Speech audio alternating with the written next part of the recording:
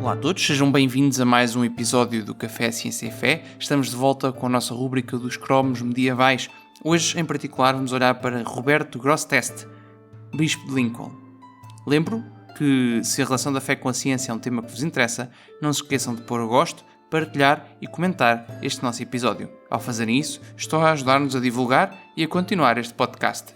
Mas fiquem por aí, porque vamos já passar ao episódio de hoje.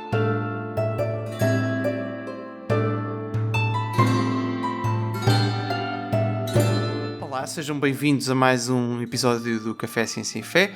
Desta vez voltamos aos cromos medievais. Tenho aqui comigo o Bernardo Mota. Olá, Bernardo. Olá, Gonçalo. E desta vez voltamos com outro cromo da Idade Média, o Roberto Grosseteste, que em português significa Roberto Cabeçudo. Cabeçudo, ou grande cabeça, aqui... talvez mais honroso dizer Roberto Grande Cabeça. Cabeçudo é um bocadinho desonroso para um senhor tão... Que ainda acima foi bispo. Tão importante. Que ainda acima foi bispo. Exato, deve ser... Ok, peço desculpa por isto que aconteceu. Pronto, mas além de ser bispo, ele teve aqui uma importância enorme, não é? Em particular para as ciências e para a questão do método científico. Mas se calhar começamos um bocadinho pela sua carreira inicial, não é? Então, o que é que o senhor Roberto Grosseteste, em que é que ele se especializou, como é que ele começou a carreira e depois em que é que isto se materializou, não é? Porque é que ele é uma personalidade importante que nós referimos aqui nos nossos cromos medievais. Então, ele nasce nas Ilhas Britânicas e portanto, ele é britânico de nascimento, bispo de Lincoln, portanto, aí está a terra dele.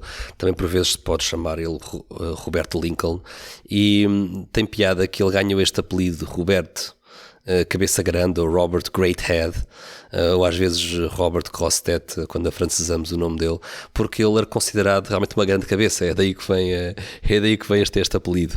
E a importância deste pensador medieval é tão grande que um dos historiadores, um dos principais historiadores da ciência do século XX, o Crombie, descreve desta maneira: que o Robert Lincoln foi o verdadeiro fundador da tradição do pensamento científico na Oxford medieval e também, de certa forma, na tradição intelectual inglesa. Portanto, reparem aqui a importância que o historiador Crombie dá a este bispo Lincoln, que nasce cerca do ano 1168, ou 1169, 1168, por aí, e morre em 1253. É uma carreira bastante longa. E vale a pena partir para a sua biografia olhando, em primeiro lugar, para a sua forma de pensar o que é o conhecimento natural. Hoje em dia diríamos para pensar acerca do método de fazer ciência, do método científico, embora, claro, nesta altura não se usassem as expressões que usamos hoje em dia. Ele aqui foi buscar inspirações. Aqui há algumas personalidades que nós já referimos bastantes vezes no nosso podcast, não é? Portanto, temos aqui outro dos cromos medievais que já falámos, o Boécio, não é? Exatamente. Mas que também foi beber aqui a um dos nossos sábios de eleição, o Aristóteles. O filósofo. Podemos tratá-lo como o filósofo, porque era assim que São Tomás de Aquino tratava o filósofo com F grande.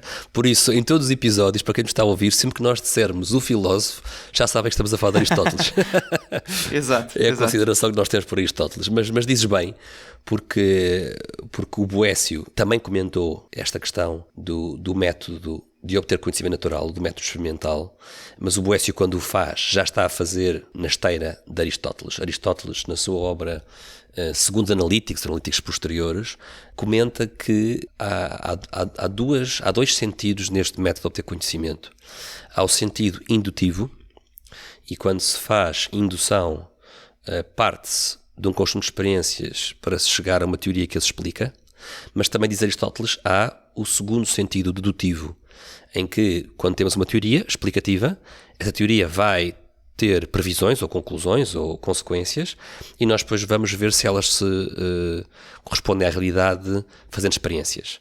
Portanto, o indutivo... E repara que isto pode não ser já o estado final, ou pode não estar tão desenvolvido como mais tarde, claro. como mais tarde com Galileu e pronto, ou mesmo hoje em dia, não é? E hoje em dia continua. Mas repara o quão próximo isto já é do método científico, não é? Exatamente. Portanto, nós olhamos para a realidade à nossa volta e tentamos, a partir daí, chegar a uma teoria. Portanto, é a parte indutiva, não é? Portanto, eu olho, tento perceber como é que as coisas funcionam e desenvolvo uma teoria para explicar essas experiências. E depois, a parte dedutiva, que é, ok, eu tenho a teoria, vou fazer previsões e vou ver se essas previsões batem certo com a experiência. E repara que como o cerne disto já está aqui. E é interessantíssimo. E por isso nunca digamos que foi a era moderna que introduziu o método científico que não existia antes, porque como acabámos de ver, começa pelo menos com Aristóteles, que haja registro escrito. No fundo foi um desenvolvimento de uma série de ideias que já existiam. Um desenvolvimento importantíssimo, mas não surgiu do nada. E repara aqui que estamos aqui à volta, estamos no século XIII, não é? Pelo menos a parte mais importante da carreira intelectual aqui do Roberto Grosseteste. E repara que ele estudou, ou pelo menos teve aqui um papel importante, na Universidade de Oxford. Portanto, numa universidade. Portanto, temos aqui alguém que está a fazer ciência importante numa universidade europeia durante a Idade Média, que é algo... Pronto, era algo perfeitamente natural, não é? Normal. Simplesmente estamos habituados a pensar que isto só se começou a fazer quando chegamos ao Galileu e daí para a frente, quando na realidade se fazia já há muito tempo. Sim, e no fundo até há aqui um detalhe... Há aqui um detalhe biográfico interessante.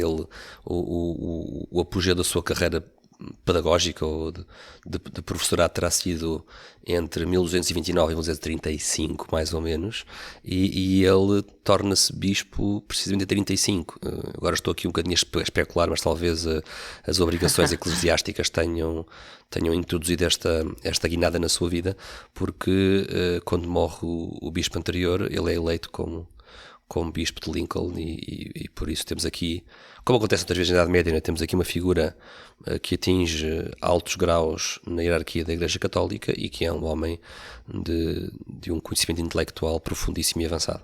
Exato. Mas sim, imagino que a partir do momento em que se tornou bispo tenha sido mais difícil dedicar-se Fica mais a este difícil. tipo de... Mas estou só a especular, não sei se foi assim, mas imaginamos que sim. Pois, eu também não sei, mas é possível. E a obra, Gonçalo? O que é que ele nos deixou de obras importantes para a posteridade? Bem, ele em termos de obra, ele era aqui um bocadinho como era um sábio à antiga, pode-se dizer, não é? Com gostos variados, tipicamente. Exato, que pegava um bocadinho de tudo. Portanto, ele tem aqui algumas ideias importantes. Ele, por exemplo, ele discutia a ideia da subordinação das ciências à matemática, né? E isto especialmente numa obra que é o De Liniense. Acho que estou a pronunciar bem, mas estes nomes em latim às vezes, enfim. Mas sim, portanto, a importância do papel da matemática nas ciências naturais e abordou isso aqui. Também teve várias contribuições para a óptica, no De Iride, por exemplo, e teve outras obras mais voltadas para áreas experimentais, como por exemplo a De Esfera, que era de astronomia, De Luce, que tinha a ver com a luz. Também tem aqui uma obra sobre as marés. Sobre as marés, sim, que é um tema sempre muito interessante na Idade Média, sempre estudado. Exato. A De Iride, que já referi em relação à óptica, em particular discute o tema do arco-íris e pronto, tem uma série de... E trigonometria também. Linhas, figuras e ângulos. Portanto, ele tem aqui... Toca num bocadinho de tudo aqui nas ciências, que é algo extraordinário e que era bastante comum nos sábios antigamente. Hoje em dia, pronto, infelizmente acabamos por ter que estar um bocadinho mais especializados, não é? Mas não deixa de ser interessante tentar ter esta perspectiva global que no fundo vem um bocadinho da perspectiva grega, não é? Os gregos também tinham esta ideia de ver um bocadinho de tudo.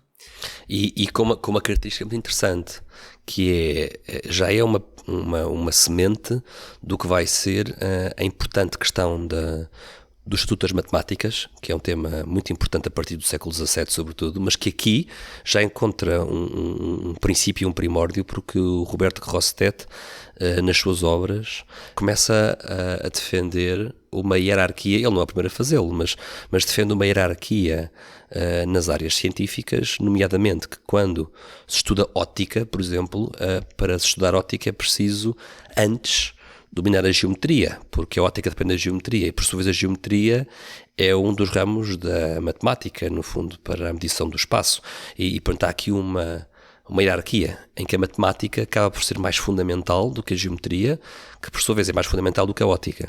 E este tipo de encadeamento de hierarquização do conhecimento humano é muito interessante, porque no fundo vai permitindo ao longo do tempo dar às matemáticas um estatuto que, como nós sabemos, é absolutamente crucial, porque a ciência moderna é uma ciência de base matemática, não é? E se não tivesse havido esta lenta caminhada da matemática em termos do estatuto social e académico, não estaríamos onde estamos hoje. Estas coisas não se fazem de um dia para o outro. E repara que é algo que não é nada óbvio, não é? Quer dizer, nós hoje damos de barato que a matemática é a ferramenta indicada para estudar a realidade, mas podia não ser assim. Essas coisas não caíram do céu, exatamente. Sim, o estudo da realidade podia ser uma coisa muito mais qualitativa, não é? E o facto de nós podermos dar este salto de utilizar a matemática para estudar quantitativamente a realidade é algo que não é óbvio e que foram necessários vários séculos e vários sábios, como aqui o Roberto Grosseteste, para que essa ideia se tenha fixado no ambiente intelectual da Europa em particular e mais tarde do resto do mundo, não é? E é interessante também com a leia de parênteses final em relação a este cromo medieval, dizer que o estudo da obra do Roberto Grosseteste está ao rubro. A Universidade de Durham, em particular, tem um projeto de colaboração entre cientistas e historiadores, porque ao desenterrar estas obras medievais e ao estudá-las com atenção e ao tentar entrar na linguagem delas para compreender os conceitos que lá estão, porque essa parte não é fácil, tem que se compreender o vocabulário e a forma de escrever para se conseguir chegar aos conceitos que estão na cabeça do autor que escreve estes livros, não é? Mas os historiadores chegam à conclusão de que o Roberto Grosseteste tinha um entendimento da luz e da cor espantosamente moderno, poderíamos dizer nós, não é? Não é, obviamente, não estamos a dizer que é a mesma coisa, mas que havia uma série de noções e de conceitos acerca da luz e da cor que o Roberto Grosseteste tinha, que são espantosamente premonitórios, não é? Estamos a falar de conceitos da primeira metade do século XIII, nomeadamente a sua ideia de que a luz é composta por partículas infinitesimamente pequenas, por exemplo. É um conceito que ele propôs para a luz. E pronto, e se calhar ficamos por aqui com o Roberto Grosseteste. Mais uma vez, peço perdão por ter chamado cabeçudo este importantíssimo. Exato. Além de Senhor Bispo, é um importantíssimo sábio medieval. Mas pronto, apesar de tudo, penso que a origem da palavra cabeçudo quer dizer grande cabeça. Sim, mas eu acho que fica muito melhor, se quisermos traduzir para português, fica muito melhor chamar-lhe Roberto a grande cabeça. Acho que é muito mais... Exato. É muito mais digno. Exato. É verdade. Essa grande cabeça, portanto, Roberto, essa grande cabeça. Exato. Peço desculpa por isto mais uma vez, mas pronto, ficamos por aqui. Esperemos que tenham gostado deste nosso episódio.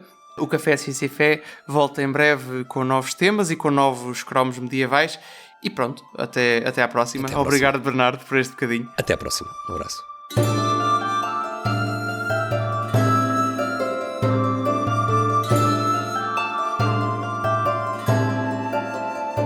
Mais um episódio dos nossos cromos medievais. Esperamos que tenham gostado de ouvir a história de Roberto Grosseteste e o seu trabalho nas diversas áreas do saber. O Café Ciência e Fé volta em breve com novos temas, sempre a mostrar a harmonia entre a fé e a razão. Até lá, fiquem bem.